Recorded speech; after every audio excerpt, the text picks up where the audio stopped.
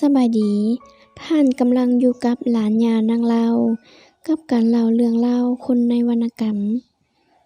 ขอนำเสนอตอนประวัติท่านจันทีเดือนสวรรค์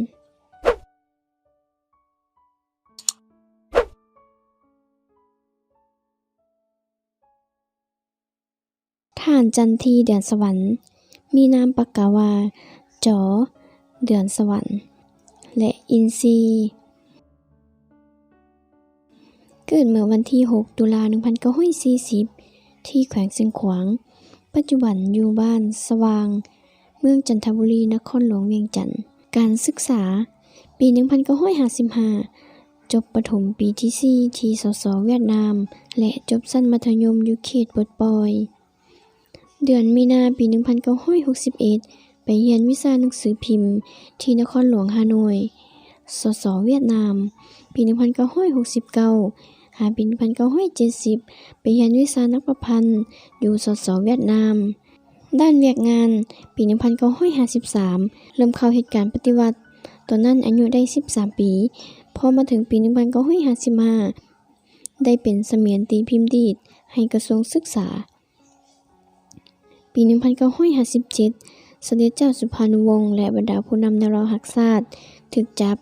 จันทีและคำโป้โพธิศักดิ์ได้ตั้งหน้าให้บรรดาครอบครัวทรงยื่นอาหารและเอกสารลับให้แก่บรรดาผู้นำในคุกเป็นประจำจนฮอดมือพวกเพิ่นแหกคุกสำเร็จจากนั้นยังนำเอาใบปลิวของทานสาลีวงศ์คำซาวไปวานโถเมืองเวียงจันทน์เพื่อประท้วงต่อผู้ทรยศภายหลังการรัฐประหารของกองพันทหารราบอากาศที่ 2 ในวันที่ 9 เดือน 8 1960 ได้เดินทางไปสร้างพื้นฐานอยู่เมืองเฟืองล่องแมดร่วมกับ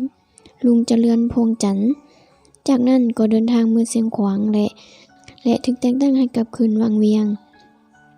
เพื่อรับใช้กองประชุมเจรจา3ฝ่ายที่บ้านนามอนหินเทิมปี 1971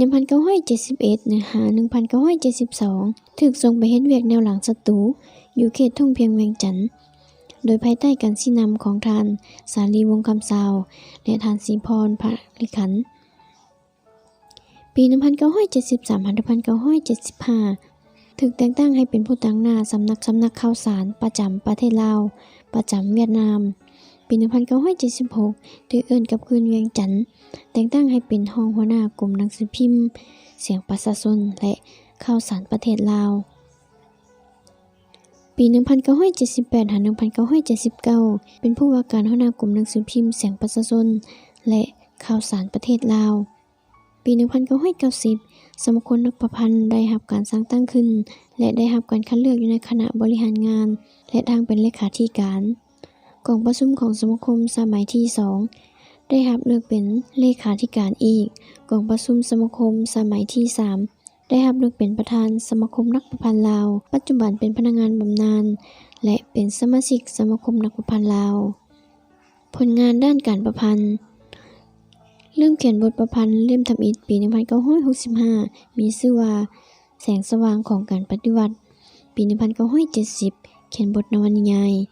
เส้นทางแห่งชีวิตจากเล่ม 1 ฮอดเล่ม 3 ได้พิมพ์คืนถึง 6 ครั้งและเป็นปึ้มตำราวรรณกรรมปฏิวัติที่สอนอยู่ในแต่ละโรงเรียนมัธยม 1 หามัธยม